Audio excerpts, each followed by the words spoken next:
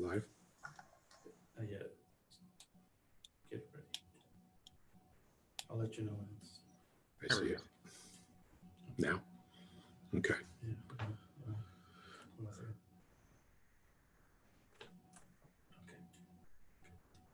Okay. Good. Okay. Switch it to me. All right. Good evening. This meeting is being held in accordance with the schedule of meetings adopted at the organizational meeting held January 6, 2020. Adequate notice of this regular meeting of the Kenilworth Board of Education has provided to the Home News Tribune, the Star Ledger, the local source. A copy has been filed with the Kenilworth Borough Clerk, posted in the board office, the Kenilworth Borough Hall, Burley, and Harding Schools as provided by the Open Public Meetings Act. The meeting time has been changed to 5:30 via notice on May 5, 2020. In accordance with the Open Public Meetings Act and in consideration of Executive Order 107 issued by Governor Murphy, the Kenilworth Board of Education does hereby notify the public to limit public gatherings and to mitigate any person-to-person exposure. This Board of Education meeting is being conducted using Zoom video conferencing. The public will be able to view via YouTube live stream for those interested in watching on their computers. The link will be available at 5:30 p.m. from the district's website, kenilworthschools.com, by clicking on the Kenilworth Board of Ed YouTube channel under the Board of Education tab. Public comment will be accepted only during the public comment period in the meeting via email, public comments at Kenilworth Schools, or by calling 908-931-9696, extension 2325. Once again, that's email, public comments at kenilworthschools.com, or by calling 908-931-9696, extension 2325. Okay, can everyone please rise to salute the flag? I pledge allegiance To the flag of the United States of America and to the republic for which it stands, one nation, under God, indivisible, with liberty and justice for all.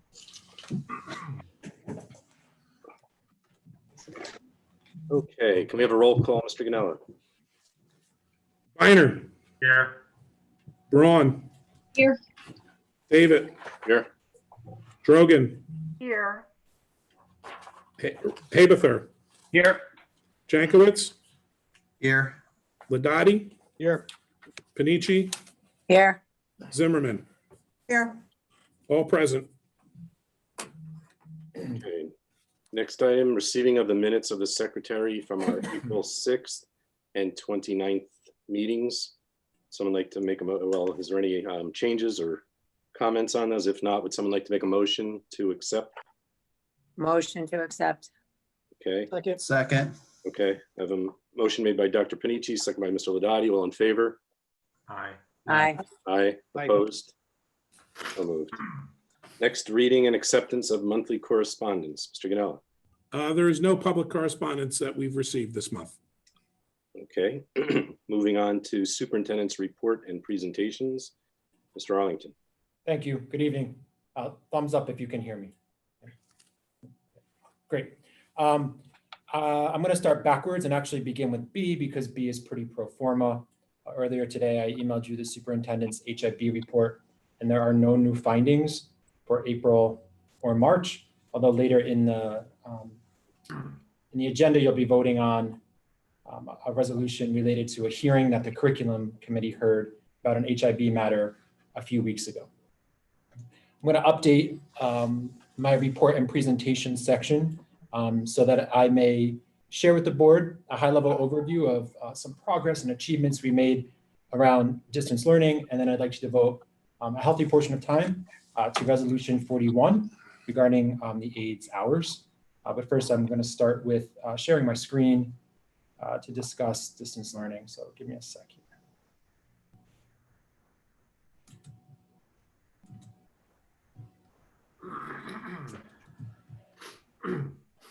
Okay, so this is the second distance learning presentation that I've made to you. The first was on April 6th. So I thought it would be cogent just to review a few key points from that first April 6th presentation. And if you recall, I framed it around kind of where we were, where we are, and where we're going.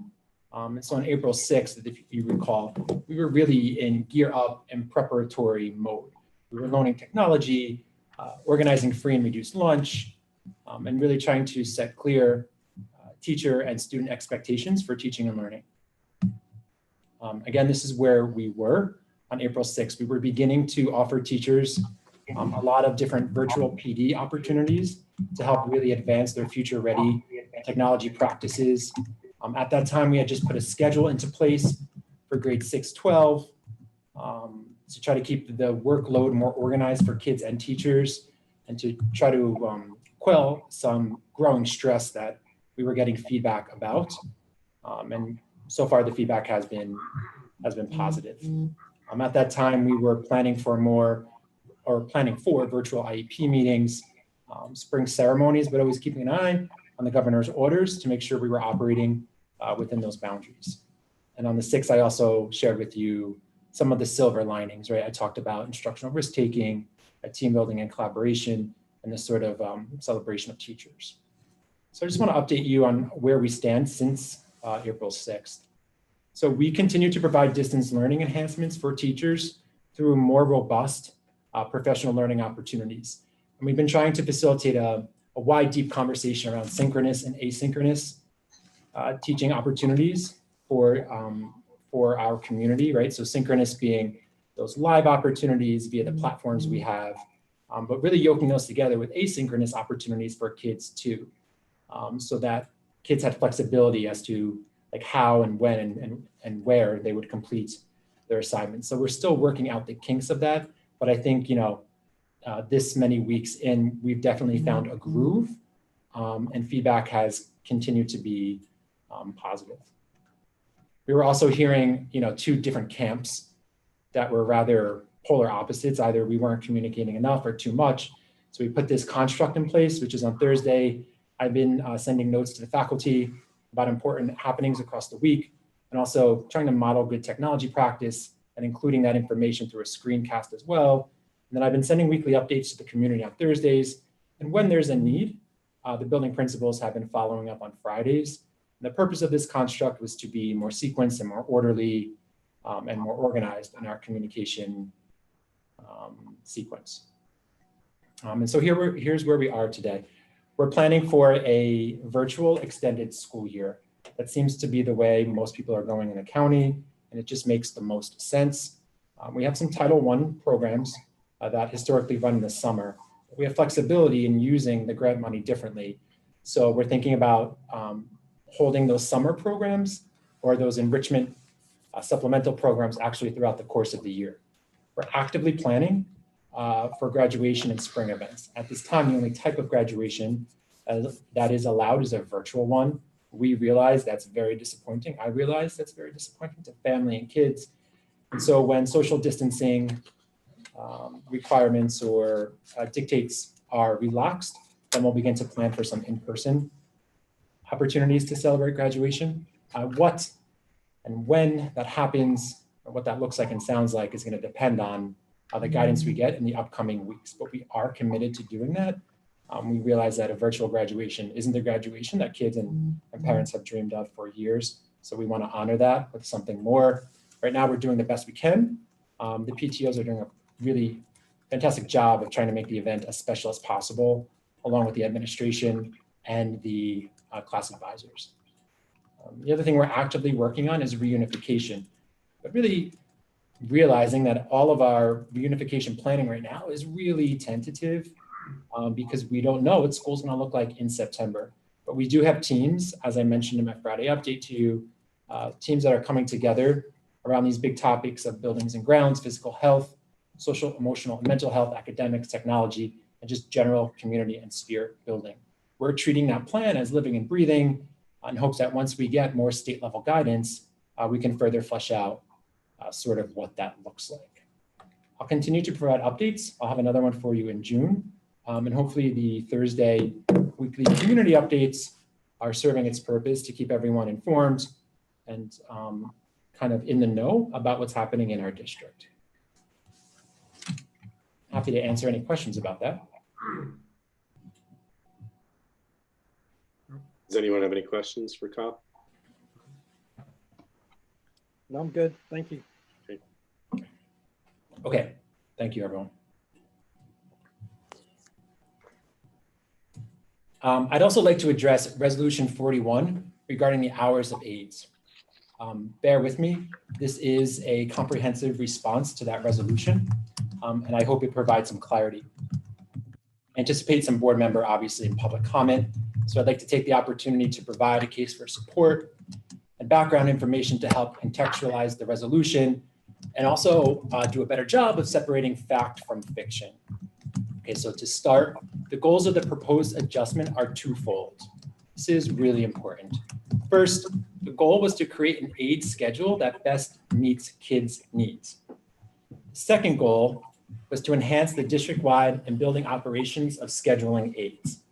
I am not oblivious that while this change may not be in the financial best interest of aides, it certainly does indeed better meet kids' needs and the needs of teaching and learning.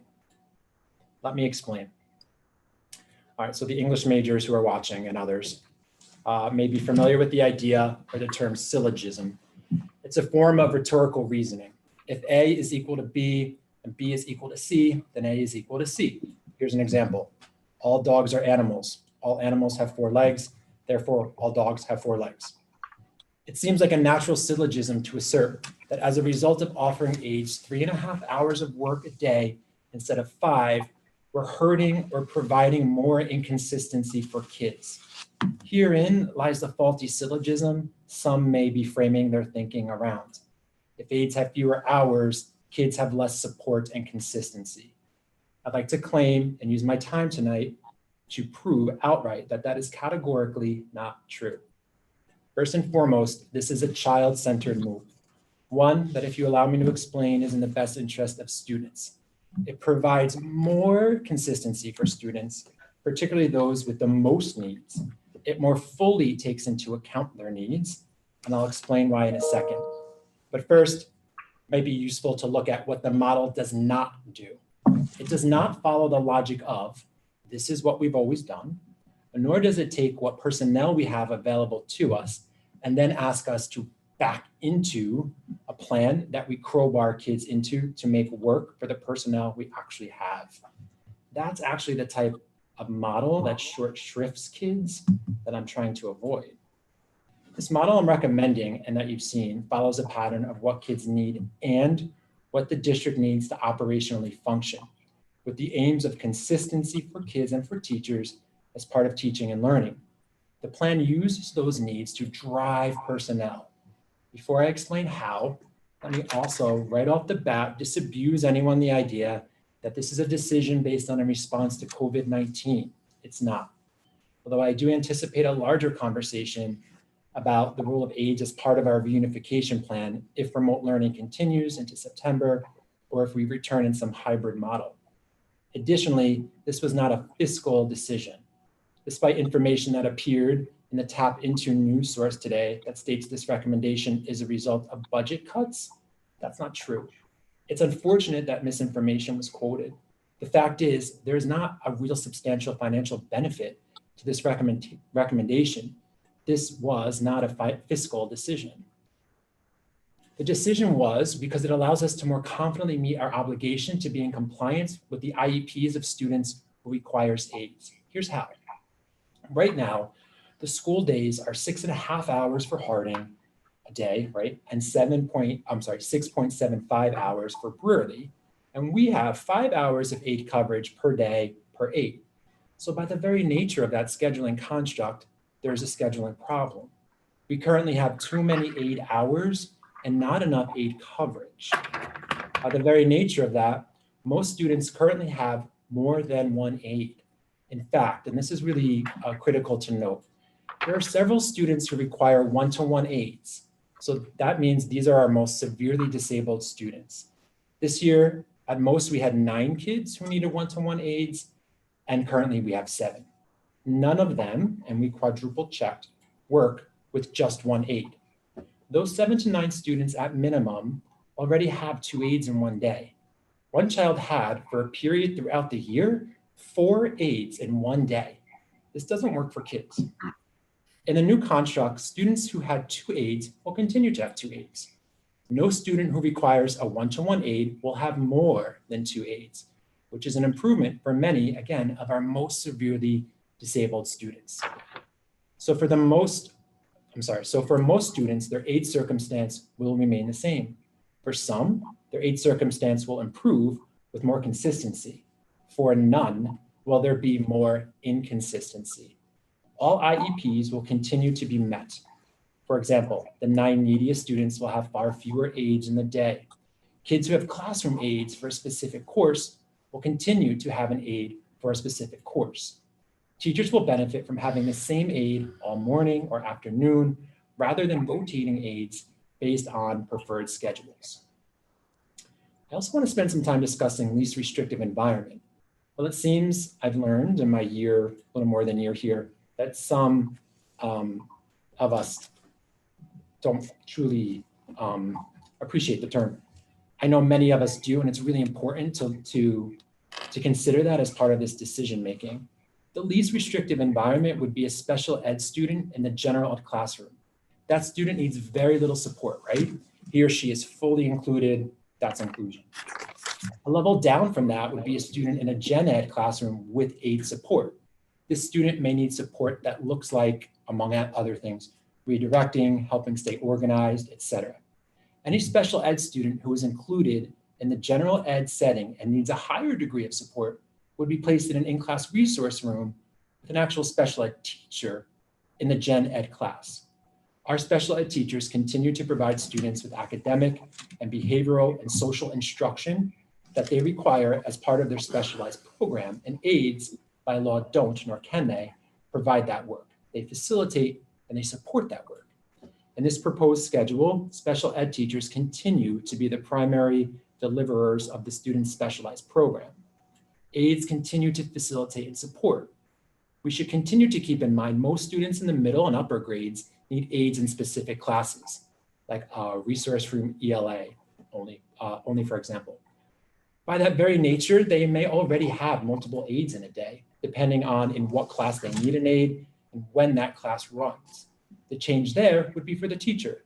The teacher would have more consistency in knowing on a steady basis who the aide is that would be supporting the work. The morning and afternoon proposal will either keep the number of aides students have or reduce it. This provides more consistency. This helps students, it doesn't hurt them. Something that I would like to address is the fact that we currently have several cases where a student has, for example, one aide support him for the first hour of the day. That aide leaves. Another supports him for the second hour, and then the first aide comes back for the third hour, and so on. This is, in my opinion, terribly inconsistent, and not only unfair to the students, but the teachers too, right? You have to stop instruction, dial that aide in about what just happened, what worked, what didn't. And so I hope that's something we'll consider. As part of unpacking the idea that we currently have too many aide hours and not enough aide coverage, I ask that you please consider focusing on these other challenges with the current schedule, which include challenges around scheduling aides as part of the drop and rotate at the middle and high school levels. Additionally, currently the aides shifts don't line up with the school day or student schedules.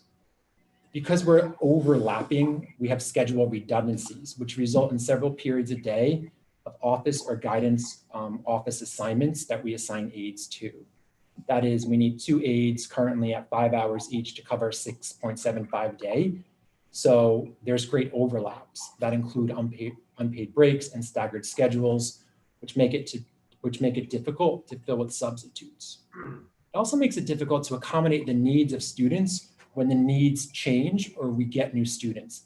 So if a student is newly classified, if a student's IEP changes, if we get a new student, the current construct makes it really difficult to schedule those aides. And then also aides can't cover shifts for one another. This is a real challenge for us, not only operationally, but it also is, again, inconsistent for kids. So for example, in January, there were 86 shift absences. With 86 absences, I'd be hard pressed to claim students had a consistent support experience. This inconsistency is exacerbated by the fact that 50 of those absences were uncovered, meaning no subs were secured. And even if half-day sick days were permissible, how would we secure half-day coverage for someone who works 2 hours in the morning, has an hour unpaid break, and then works 3 in the afternoon? And I want to make it crystal clear, this is not the fault of the aides. This is the schedule we give them. I'm merely pointing out, not only were those kids not having a consistent experience in January, they weren't getting the support they were entitled to at all. I should mention, again, that strong language to prove a point.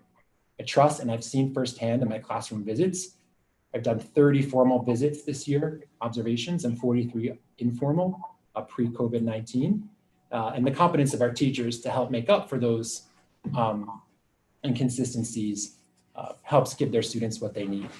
I also know that aides are entitled to use sick days. And so again, not the fault of any aide. And many of our aides have stellar attendance. So by no means am I broad brushing here. I simply raise this point, again, not to broad brush, but rather to highlight the nuances of the decision-making process. And also point out that the new schedule allows for aides to cover an additional 2 shifts per week to become as whole as they are this year.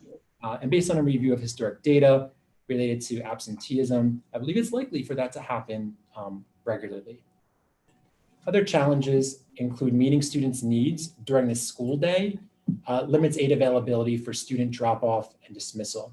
The lion's share of aides have hours that are aligned to when kids arrive and leave, with little time to support kids before or after school, unless they volunteer to do so.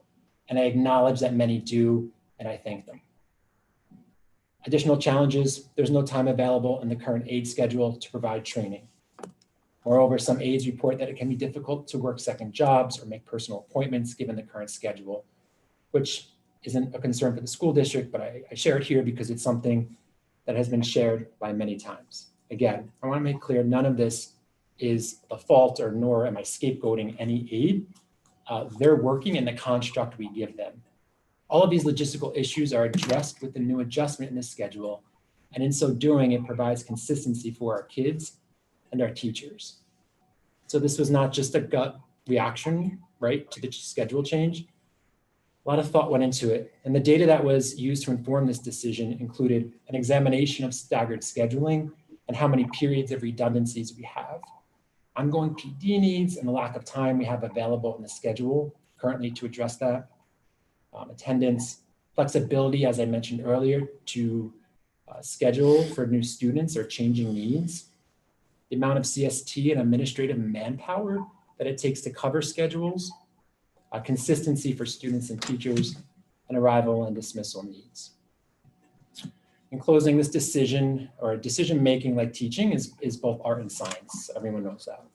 If people assume the decision was made through only a data lens, I'd like to gently suggest that's not true. The schedule was driven by a laser-like focus on IEP requirements and how we can give our kids a more consistent experience. Again, there's no substantial savings to this shift. Any savings realized was a byproduct of the shift. In order to present to the public a balanced and responsible budget, the shift was not targeted as a budgetary efficiency. It was targeted as a shift that benefits kids and operations. A kind of personal note here, I completely acknowledge the effect this has on aides, and I'm not some insensitive ogre. You are hardworking aides, you provide a valuable service to our students, and I understand this. As a classroom teacher who worked with aides, I appreciate their role firsthand. I hope those who have gotten to know me over the past year realize that it is always my goal to lead with humanity. The face-to-face meeting on Friday, facilitated by Ms. Kukolo with aides, was with that humanity in mind, as was her promise of follow-up conversations to address questions and flesh out details. However, that process has to be framed around a shift to the schedule that I'm recommending. I've devoted my professional life to doing what's in the best interest of kids, and I pledged when I started in Kenilworth 1 year ago to help pick us up and move us forward, and to do that with always keeping what's best for kids at my core. And this means making difficult decisions. And so with this in mind, I stand by my recommendation of Resolution 41. Thank you. Thank you, Mr. Arlington. Anything else that you have in your report? I do not. You do not. Any questions for Mr. Arlington before we move on from the board? Okay, we will move on to report of committees, review of resolutions, and board discussion. First up, finance and facilities, Mr. Ladati. Thank you, Mr. Dayton. I'm sorry, I'm reading from my other laptop, so if I'm on an angle. My report, the 2021 budget was approved by the board at the public meeting on April 29th. Mr. Ganella and the borough clerk have certified the taxes for the upcoming school year, and I really want to thank Vince for taking the extra steps in contacting the borough clerk. I know that was a little bit of an issue this year. The user-friendly budget has been posted to the website. The transition between budget planning and budget implementation has started. On July 1st, 2020, health benefits renewal. Also on the agenda is the renewal of employee health benefits programs. I'm very pleased to inform you that the health benefits portion is decreasing by 3.5%. We've added additional resolution section to the agenda for COVID-19. As with all crises, there will and most likely be a postmortem how public bodies handle the pandemic. We felt it would be important to memorialize our actions in the minutes and to explain it with an at-the-moment context. As Mr. Ganella has mentioned at the public budget hearing, we have never ended a school and fiscal year and began another with such uncertainty. By September 2020, demands on the educational system will increase, resources will be limited, and priorities will need to be reestablished. The committee is well aware of these and other challenges and will continue to put the health and safety of our students and staff at the forefront. For resolutions 1, 2, 3, and 4 include the superintendent's report, which was just presented, the financial and billing report, and line items. I reviewed each and found them all to be in order. 5 is a safety grant. We're submission for a safety grant for $12,500. 6 through 24 are pro forma items, which covers items that we need every year, such as like food service, custodial services, Genesis software, residential investigations, basically, like I said, all items that we need to have in place for the upcoming school year. 25 is a construction order, and 26 through 29 is all COVID related resolutions. We have spent almost $15,000 in COVID expenses already for some licenses for gloves, disinfectant. What else, Vince? I'm sorry, I don't recall everything that was on that. Sanitizing units, thermometers that we anticipate that we will need in September upon our return, those type of things. Yeah, and I've been just doing some research on what's going on in other parts of the country, in school districts in New York and New Jersey, etc. The cost for possibly September, deep cleaning nightly or weekly, alternate hours for schools, separate nurse's office for someone has COVID symptoms. They may want to have class size reductions, even the water fountains. You may have to have water bottles separate. I don't know how we're going to do it, but I don't think they want the whole school going to one water fountain or 2 water fountains during the day. That was another issue. Some schools are actually thinking about putting thermal thermometers as you walk in. So, I mean, it could get very expensive, and even how the food services will work. So it's something that the committee has to tackle in the next few months. So thank you, guys. That's all I have. Questions for me, Vince, or Kyle? Anyone have any questions? Okay, we'll move on to personnel and management. Mr. Habeter. Thank you, and good evening, everybody. There are 17 resolutions tonight, starting with number 30, which accepts the resignation of Principal Chabarro. 31 accepts the resignation of a paraprofessional aide. 32 is the approval of a maternity leave. Number 33, amends leave replacement from 3 to 5 days. And the following resolutions are all annual employment resolutions for the 2020-2021 school year. 34 approves the certified instructional staff. 35 approves administrative staff. 36 approves secretarial and clerical staff. 37 approves confidential secretaries and non-bargaining unit employees. 38 approves custodial and maintenance staff. 39 approves Mr. Ganella as a school business administrator and board secretary. Number 40 approves Mr. Arlington as the superintendent of schools. 41, as discussed earlier by Mr. Arlington, is the approval of paraprofessional lunch aides. 42 approves as school physician. 43 is the approval of school doctors and dentists. 44 approves various appointments as dictated by Mr. Arlington. 45 is the approval of student teachers. And 46 approves the payment of unused vacation days. Anybody have any questions? Thank you. Okay. Next up, curriculum and instruction, Mrs. Zimmerman. All right, thank you, Mr. David. Curriculum and instruction, really quick this month. We only have 2 resolutions. Resolution 47 is for curriculum adoption for the forensic science, AP mobile computer science principles, creative computing, those are new. And for environmental sciences being revised.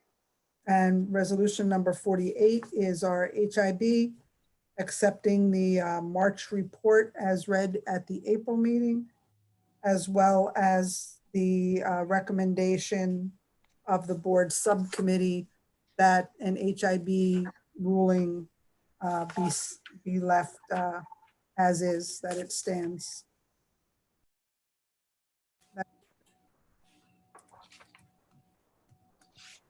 That's it, Nancy? That's it. Okay, anyone have any questions for Nancy? Okay, thank you. We'll move on to policy review. Mrs. Braun.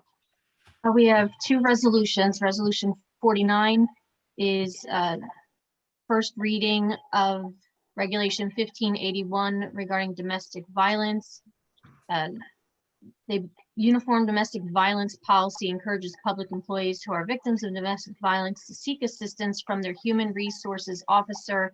This replaces the district's existing policy 1581, victims of domestic or sexual violence leave, and it's a mandatory regulation. And then Resolution 50 is revisions to adopt 3 state mandated policies or regulations, which are policy 2422, health and physical education, policy 5330, administration of medication, and regulation 5330, administration of medication. Okay. And that's it. Anyone have any questions for Janine? All right, we'll move on to old business. Does any board member have anything under old business? Me? Anyone? All right, I'm moving on to new business. Does any board member have anything under new business? Yes. Hi, Greg. Amy? Hi, everyone. I just wanted to update everybody that for the Union County Educational Services Commission, we haven't got any further information about the questions we sent regarding transportation since COVID-19 began. So there are no updates about transportation, contracts, payments, or anything at this time as per the UC ESC business administrator. But I will keep you posted for our next meeting and if there's any new developments or information. Thank you, Michelle. Anyone else? Yeah. Oh, go ahead, Nancy. I've got 2 things I want to talk about. New, old, sort of reaching the 2. The first one is just graduation. I know we touched on it already and we understand that right now by state guidelines, virtual is all we can do. And we have to accept that, like it or not. It's a big not in my mind or in many of your minds. I just want us to be vigilant with as soon as we get some sort of understanding that we can move forward with having a quote unquote normal graduation for the class of 2020, that we do so.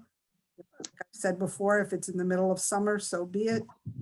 If it goes beyond that before the restrictions are loosened up and we have to wait until the break when the kids are home from college, as crazy as it sounds, it might even be fun for them then, you know, returning fresh college freshmen, having their high school graduation, but still to have at some point have that ceremony for them, because virtual, even right here, this here now, virtual does not really have that right feeling or that right fit.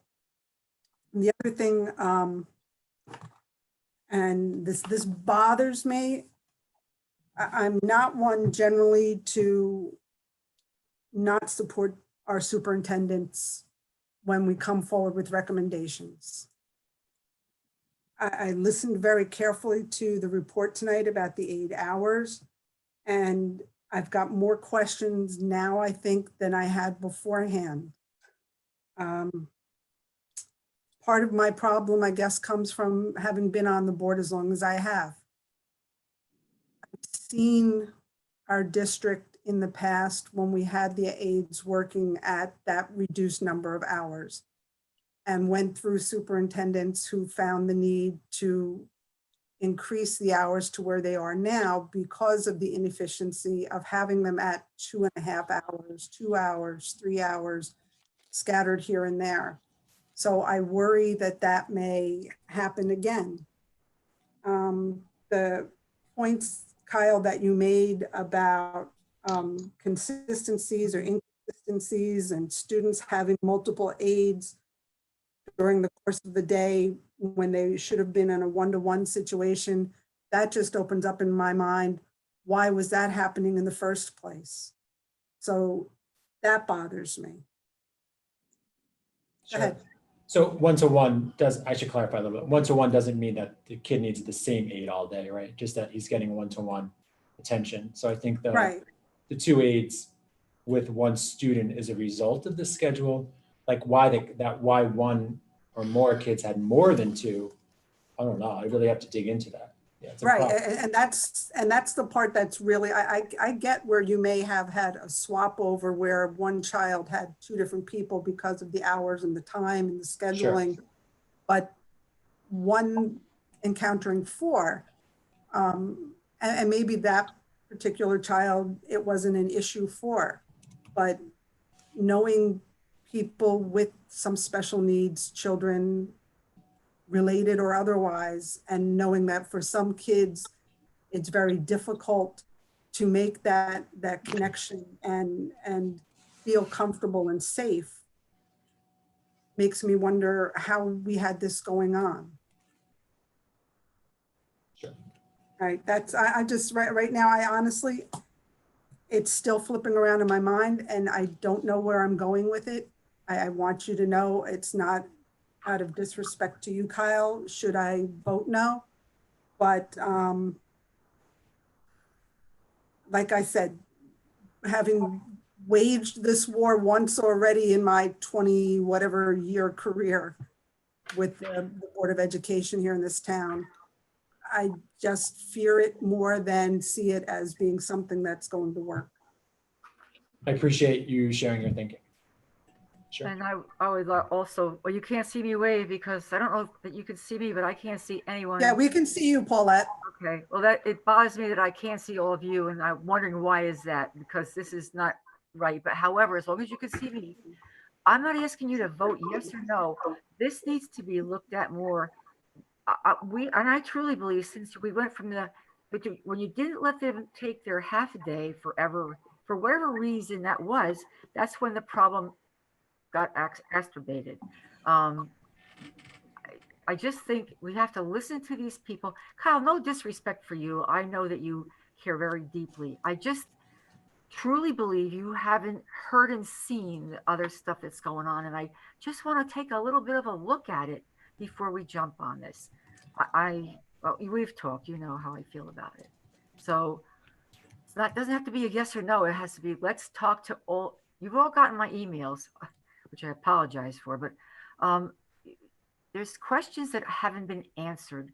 And before we plow ahead here and hire a bunch of other people and disrupt these people that really do care for these kids. And believe me, the aides I know aren't even doing it for the money. They are doing it because they care. So could we just slow down here? That's how I feel. I'm sorry that you can see me. It's not fair I can't see you. Thank you. Hey, Kyle, to piggyback on, I guess, Paulette's comment, could you just explain what type of due diligence you have done to come up with this decision? Because, you know, from your statement, it definitely doesn't seem like you made this spontaneous decision to do this. It looks like you had a well thought out plan, and again, this situation was a byproduct of what your ultimate goal is for the district. But like, you know, I'm sure you spent months and months of time thinking about this. So maybe, you know, could you just, I guess, clarify what type of diligence you've done to come up with this conclusion? Sure. Or the, you know, this resolution, I should say. Just give me 1 second, Mr. Jenkins. Yeah, so I don't make these well, very rarely do I make any type of decision in a vacuum, right? So I have a leadership team in place that helps me lead the schools. And so I get lots of ideas that they share with me daily. Some are worth exploring and some are not. And so when this idea was shared with me around all of the challenges, it was something that we had dug into a little bit more.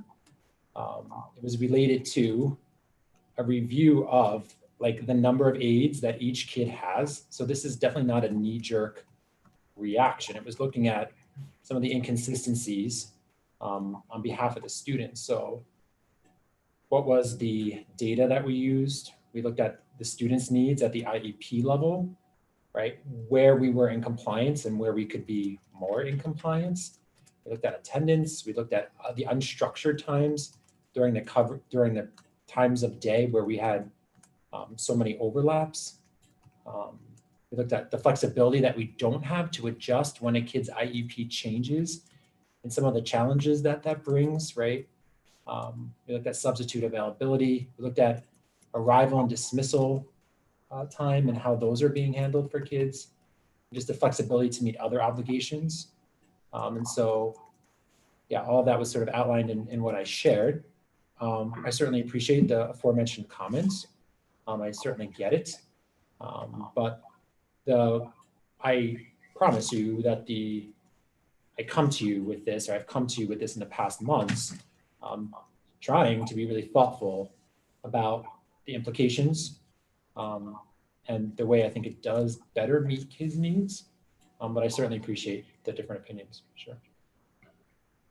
I just wanted to add one more thing as part of what my thinking was, and my problem with the process is from the past experience is the getting the aides that we need when the hours they were at. That was part of the issue we had where we wound up increasing the hours. Much as we talked about having difficulty finding substitute teachers to the point where the salary was increased for that to get more subs in, we had a problem getting and or keeping aides with the minimal hours. So that's something else I worry about. Are we going to possibly lose aides who, I know Paulette was saying it was more out of the love of the children, but I also believe that some of our aides, this salary helps to pay their bills. And not to say that that's why we make a decision, because our decision is the best interest of the children. But if the best interest of the children is to maintain reliable aides, that we kind of toss that out the window based on past experience, that we had trouble keeping people or getting people when we had the limited hours. So that's another part of what's running around my head right now. Sure. That's it. Could there be opportunity on that point with the hours? Like, could there be opportunities for an aide to pick up additional hours on a given day or week, or to try to, you know, to help make up just the hours lost? Or how does that work? Yeah, so I appreciate that question. I tried to mention that in the comments, but maybe I didn't do a good enough job of spotlighting that. So there's an opportunity for aides to pick up 2 additional shifts each week, right? And so the incidental benefit to us is that the coverage rates for subs ought to improve, right? So we can have this consistency conversation all we want, but if there are, dozens and dozens of times each month where we can't get, whether it's a half sick day or not, whether we can get people to cover for aides, kids are, it's not only inconsistency, it's just downright not complying with what they need. And so we hope that by having aides pick up the 2 additional shifts each week, not only will they become closer to being whole, right? But that we're better able to make sure those kids have the support. Because when there are 50 uncovered shifts in a month, there are 50 times that kid, right? That the support then falls on the teacher, which again, the teacher can handle, but it's written in the IEP in such a way because that's what the kid needs. So, that's not the data for every month, but we did look across a couple of years worth of data to really look at those rates. And again, that's not a fault of the aides. Aides have days, people get sick. It's just a matter like based on the circumstance and the situation. So I don't want it to be perceived that I'm knocking people using sick days or, right, I use sick days, we all use sick days. It's just when they are used, we don't really have a great way to make sure kids' needs are met. So does that make sense, Mr. Jackwoods? Yes, thank you, Kyle. Sure. I have a question. Go ahead, Ginny. Kyle, how would it look like for the people to be able to pick up these shifts? Like, would they be assigned, would they be watching a board that morning to see who's out, or is somebody reaching out to the available people? For if you need a PM shift covered, are they reaching out to all the AM aides or vice versa? How would something like that look? And would you be giving accommodations to people with seniority? Like, how is that all? Yeah, those are all good questions. And I know those are some sticking points for teachers now, even when there are shifts available for like aftercare coverage, like how they're notified and when sometimes depends on, right, who gets them.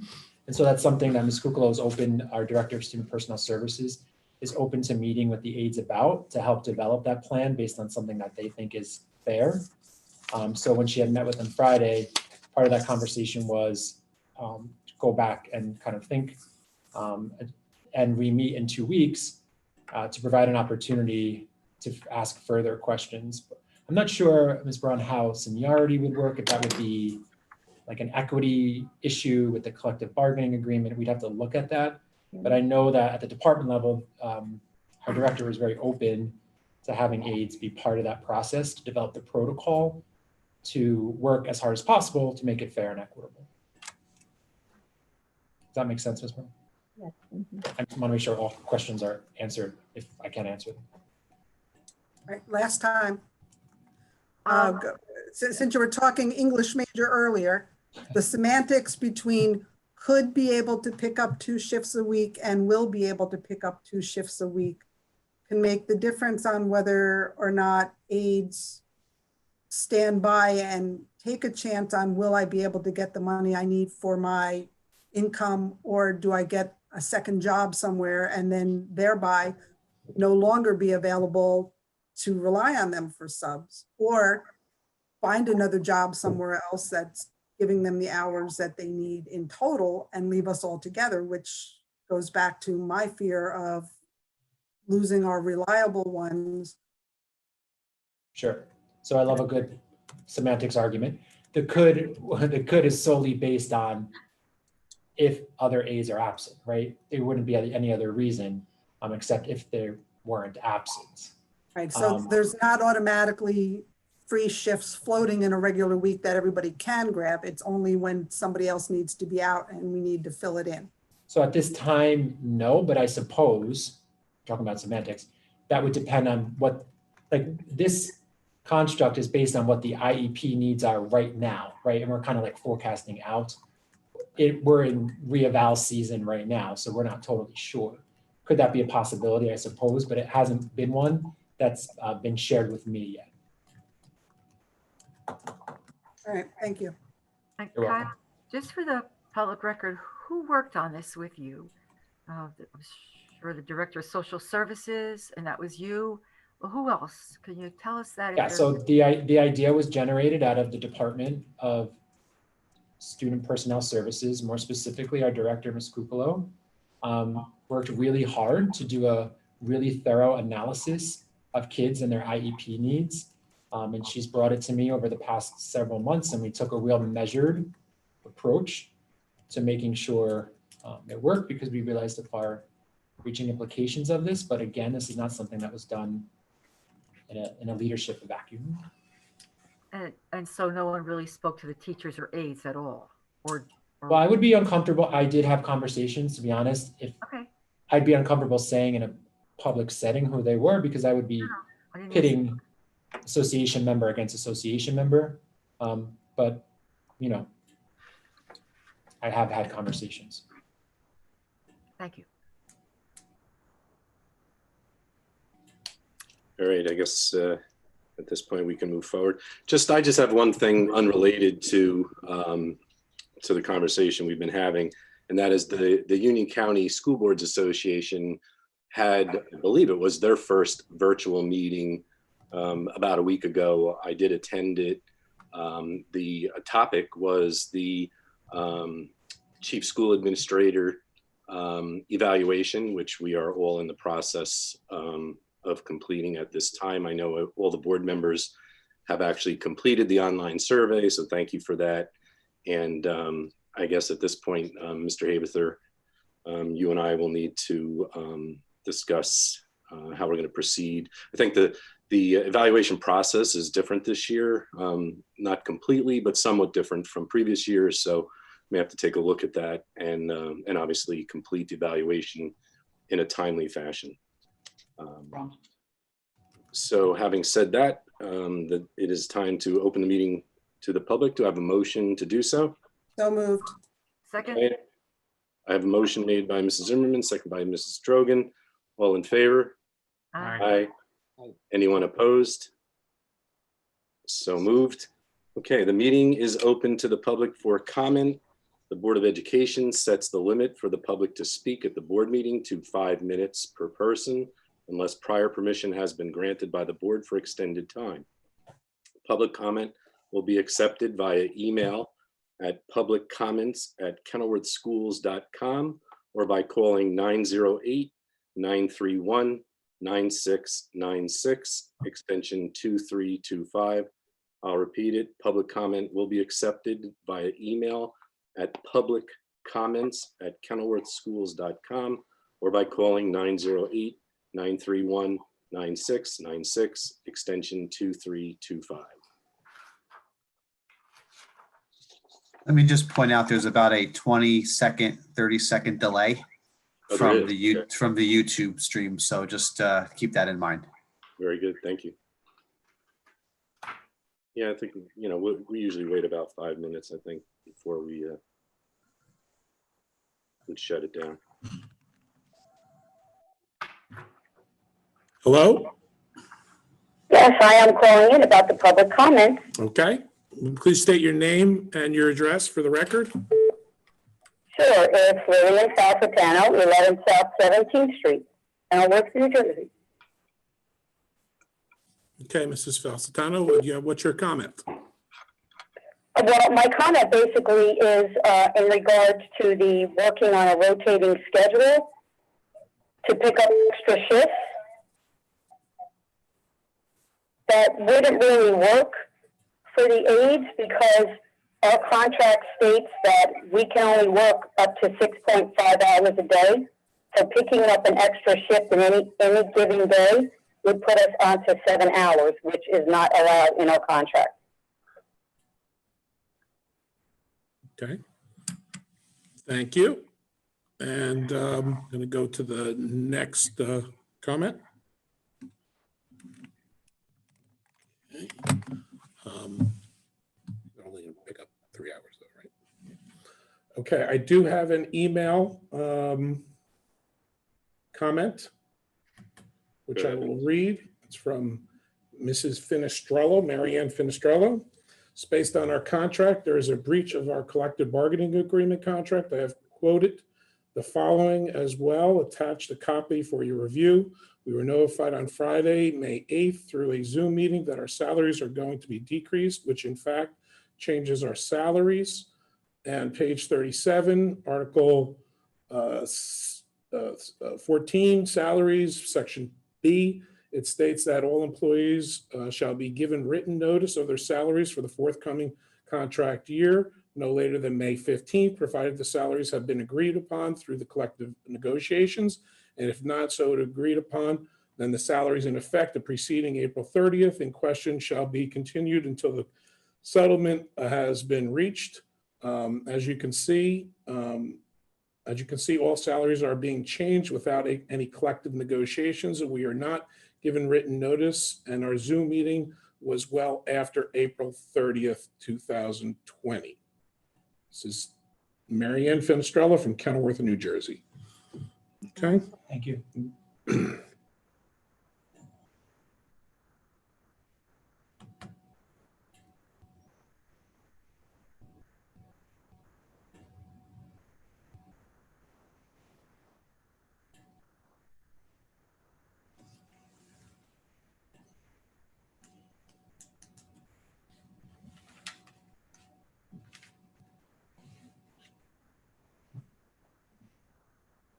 Any more emails coming in, Vince? No more emails, and I don't hear any other phone calls. We could give it another minute if you'd like. Yeah, I would like to give it at least another minute.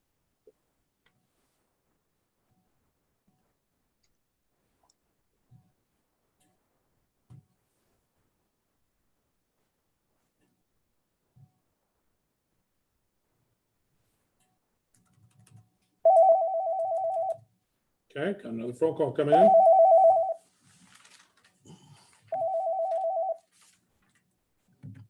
Hello, can I help you? Hello, I'm calling for the comments. Okay, and can you please state your name and address for the record? Yes, it's Catherine Camacho, 17 South 24th Street, Kenilworth, New Jersey. Okay, and what's your comment? Good evening, guys. First of all, and I appreciate all what you do for us. Mrs. Camacho, do you have your computer can you hear on? me? Yeah, but do you have your computer on in the background? Yes, I'm I'm running away from it now. Sorry. Okay. Can you? Yeah. Okay. Thank you. Okay. Glad to see everyone's well during this trying time. So I apologize for what's going on right now. Please keep in mind that these students will be coming back to school after these trying times. Students will be feeling stressed, anxiety, scared, etc. Taking away their support during these times will be difficult for them. We ask for you to try to understand that working part-time for a household is not only a decision taken lightly for any household. It's already taking a cut as far as making a decision of working part-time. So to ask us to live on $16,000, it's almost undoable. And there are some of us that households during this COVID time are struggling. We don't take any money for health insurance from the district. And so we please ask if you can rethink and do more depth into what we do, because we all truly, truly love this job. And we don't do it for the pay, but cutting us that much will really, really hurt the best of us. Thank you, Mrs. Camacho. All right, thank you so much, guys, and please stay safe, and I really do appreciate what you do for Kenilworth. Thank you. Have a good night. Bye. I do have another email from Serena Argentieri. I am writing on to the Board of Education as a parent of a special needs child that attends Harding School. I object to the reductions in hours of our much needed and appreciated paraprofessionals. Some of our children require the trust and safety of working with those individuals daily and comfort of strict routine. I fear reducing their hours will not benefit our children because we may lose these very important people our children rely on. Such changes can be extremely difficult for our children due to uncertainty. I hope you will reconsider and keep in mind the precious value these people have in our lives. Okay. I do have another comment. Obviously, we did miss someone on the phone, and so if they would like to call back, I appreciate that. Once again, the phone number is 908-931-9696, extension 2325. Trying to multitask here, so. I guess you could answer it and put it on hold. Sure. Okay. Yeah, okay. So this is from Monica Jerkowitz. I was concerned to hear the aid hours were being reduced. As a teacher of special education students, the aides help our classroom invaluably. Many of these students needs consistency and continuity. I have multiple staff members rotating through the classrooms during the school day. Could be very difficult for the children. Hello, may I help you? Ah, shoot. I just hung up on someone. I just hung up on someone. Sorry about that. So we will wait for that person to call back. I do have another email, but I'll hold off the emails, Mr. Yeah, I was just going to say, Vince, is that, To the you know, end. if you're in the middle of an email, just stop reading and. Right. Yeah, thank you, because I couldn't hear what you were saying. The phone was ringing so loud.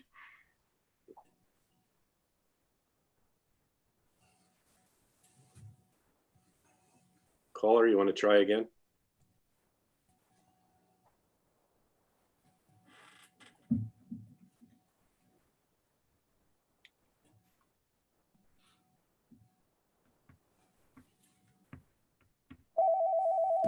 Okay, here we go. Hello? Hello? Hello, I'm sorry, I disconnected you earlier. Can you please state your name and address for the record? Vincent, you hung up on me. I know, I just said, I'm sorry, Patty. Okay. Can you, I love Spinoza, 10 Pembroke Drive, Kenilworth. okay, what is your comment, Mrs. Laspinosa? Well, I have one thing to say in a comment. The comment I have is the concern with the logistics of covering our shifts and how that is going to work.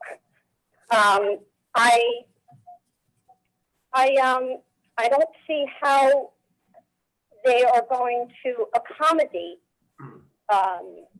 everyone or even some people with this rotating filling in for a 3.5-hour shift. I want to know if there's going to be seniority used, if there's going to be a lottery used. How are they going to work this out?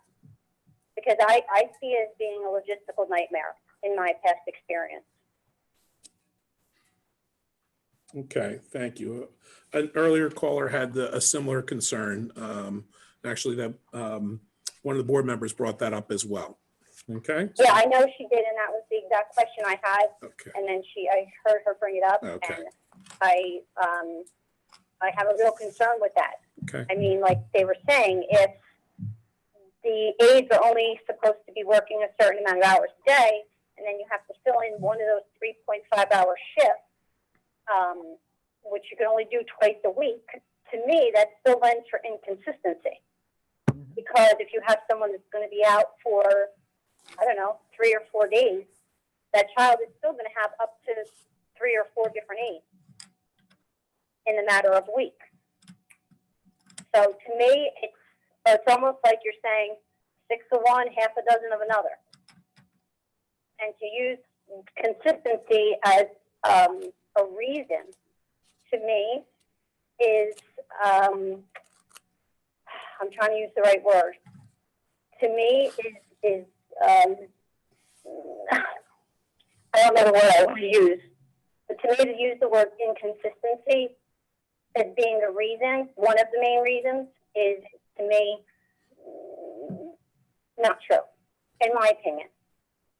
And I feel, for me, I don't understand how this could have come to be, because I had never been observed by our special services and instructor, never been questioned about how is this working out for you. Never. And I can tell you that a lot of my coworkers feel the same way. So how is it all this data came about without anyone ever actually physically seeing how it's working? That bothers me. That's all.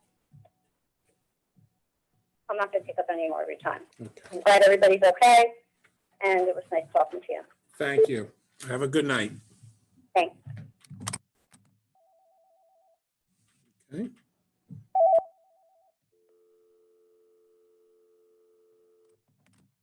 Was there another call, Vince? Yeah, but it's gone. I don't know, just rang twice, and when I went to go pick it up, it went away. We'll wait another minute. We got a couple more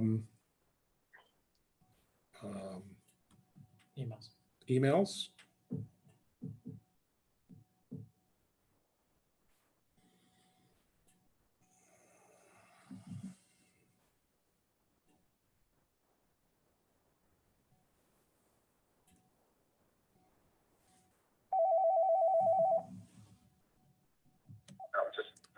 Good evening. Can I help you? Yeah, hi. Hello, can you please state your name and address for the record? Yeah, my name is Valbon Menshi, and I live in Kenilworth. I'm sorry, what's your name again? Valbon, Valbone. Yes. And last name is Menshi. I Okay, live in Kenilworth. I have a quick question. Since our 8 hours have been cut, how comes that they're hiring more aides to fill us?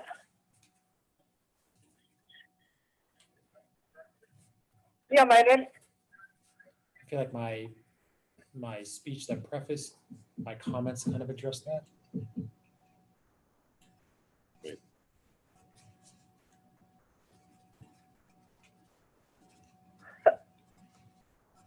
Hello? yes. Yeah, Perhaps. my question is, if Mhm. the 8 hours that have been cut, how comes they are hiring more aides to refill us? Because more aides are needed to make the construct work. Right.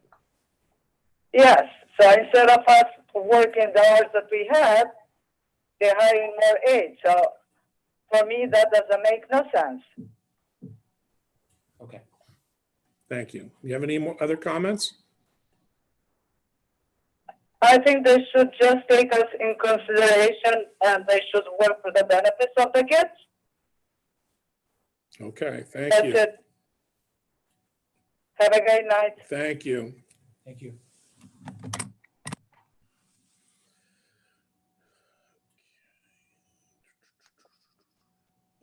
Okay, I have a email from a Nicole Rodriguez. Good evening, Board of Education members. My son started at Harding School when he was 3 years old, and he wouldn't have been able to make progress that he has if it weren't for the wonderful paraprofessionals at Harding School. These women work tirelessly helping children with special needs like my son.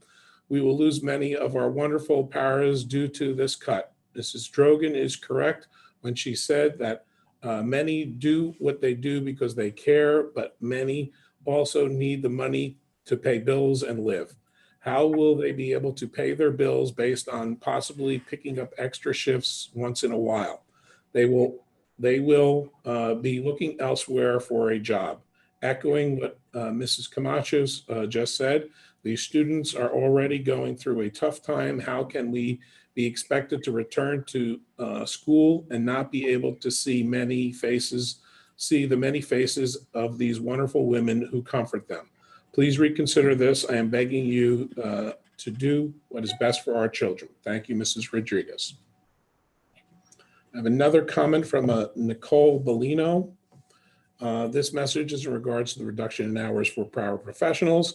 Having a child that is in our school system and has special needs, I don't understand how reducing these hours of these amazing aides that have taken my son so far, not just academically, but also emotionally, is going to benefit anyone. Consistency in my child's life not only depends on his schooling, but also his one-to-one facial recognition and consistency of the way that these aides are with him personally. Their familiar faces make it so much easier for him to move along academically and emotionally, and me as a parent to go along feeling confident that my child is being taken care of in the best way possible. Please do not risk us losing these aides. It will be detrimental to our children.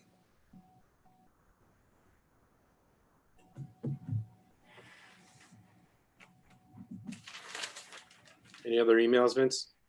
There is one, but it didn't come across as signed, and I did reply to them to provide me an address or name. So I kind of consider that one unsolicited. Okay. And we just took a couple of minutes without a phone call. So at this point, I think it's safe to say we shouldn't be getting any more. I'll make a motion, we close to the public then. Okay, do I have a second? Second. Okay, I have a motion by Mr. Ladati, second by Mr. Biner. All in favor? Aye. Aye. Anyone opposed? Opposed. Motion's carried. The meeting is closed to the public. Thank you to everyone who called in and to those who emailed in for your comments. And we'll move on to roll call of resolutions. Okay, once again, I am going to state, we're going to break these apart into the specific agendas or specific committees. So we'll do the Finance Committee resolutions first, and if the chairperson of each committee can make the motion to move those resolutions, I'd appreciate it, and then someone can second it. So the first set of resolutions are resolutions 1 through 20, which are the finance resolutions. Make a motion that we accept motions. Second, Okay. This motion was made by Mr. Ladati, seconded by Mrs. Braun. Are there any resolutions that need to be voted on separately? Okay. Hearing none, I'll take a roll call on the resolutions. Biner, Yes. Braun, yes. Drogan, Yes. Abather, Yes. Jankowicz, Yes. Ladati, Yes. Panici, Yes. Zimmerman, Yes. and David. Yes. Motion's carry unanimously. Okay, next up are personnel and management resolutions 21 through 46. Mr. Habather? Vince, it's actually, I think it's 30 through 46. Is that, Yeah, it's 30 through 46. Is it 21 through 30, 21 through 46, right? No? no, 30 through 46. Oh, I'm sorry. What 30 happened through to 46. 28? We missed some finance. Yeah, Yes, we it must have missed the did. finance ones. So, Yeah, we Okay, missed. well, I was waiting for one to pull. 21 to all right, 9. let's back up. I'll make a So motion. we did resolutions 1 through 20. So now we'll do 21 through 29. I'll make a for motion. we finance. accept the Okay. resolutions 21 through 29. Yeah, 21 through 29. We just need a Under second. finance, Biner, Wait a Yes. minute. Wait a second. I would like to pull number 28. That number question was- 28. Ay, ay, ay. Okay, we'll vote on resolution number 28 separately. 28. Hold on.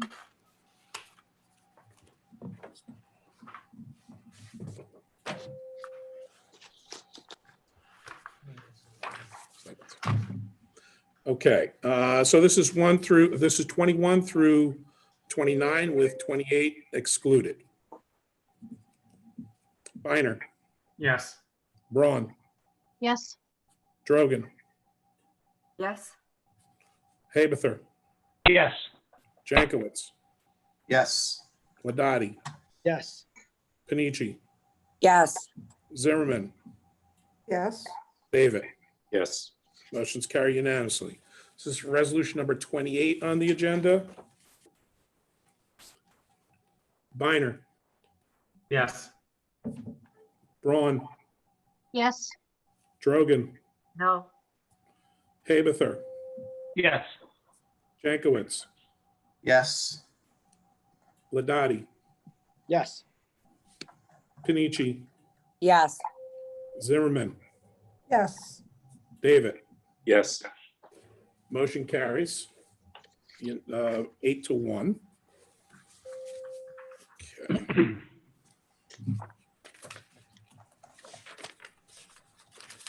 Okay, this is for personnel and management resolutions 30 through 46. I'd like to make a motion to move resolutions 30 through 46 on the agenda. So moved. Second. Okay, I'd like to pull 41. Okay, Not to say yes or no, just to reconsider it a little bit. okay, resolution number 41 will be voted on separately. So this is for number 30 through 46, excluding number 41.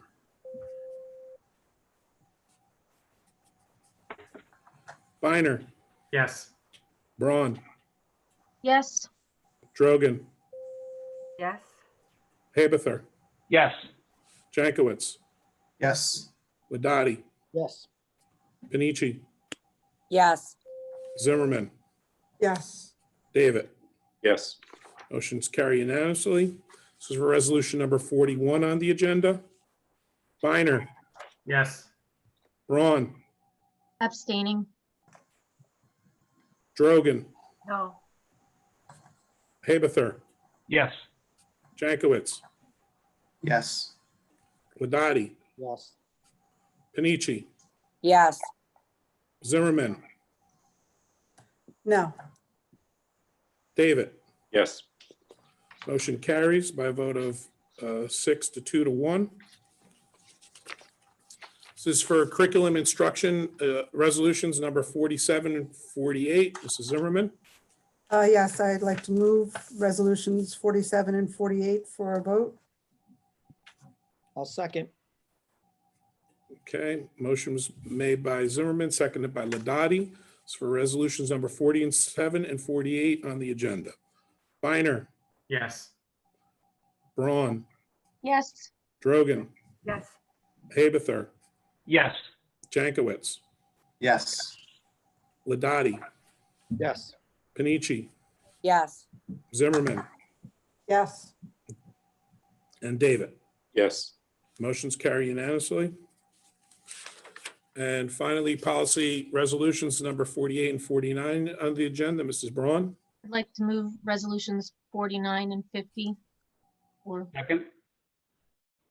okay. Motion was made by Mrs. Braun, seconded by Mr. Haberther. This is for number 49 and 50 on the agenda. Biner, Yes. Braun, yes. Drogan, Yes. Mrs. Drogan, Yes. I'm sorry. Yes. Haberther, Yes.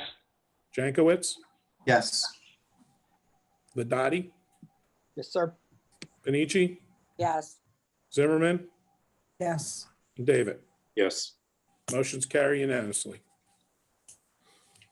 Okay, we are up to executive session. I know that we have, do we have? motion to go into exec, Yes, we do. Okay, so do I have a motion to move into executive session?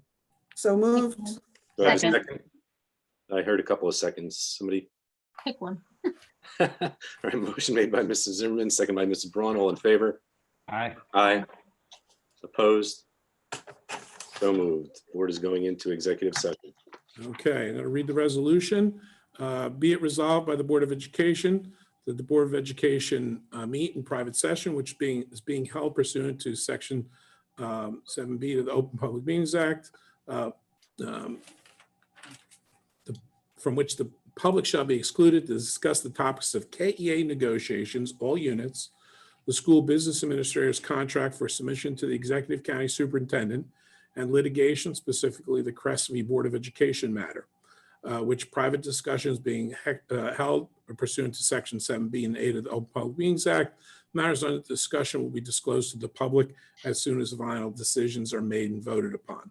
The Board of Education is going into closed executive session to discuss the above matters, but will not be taking any further action this evening.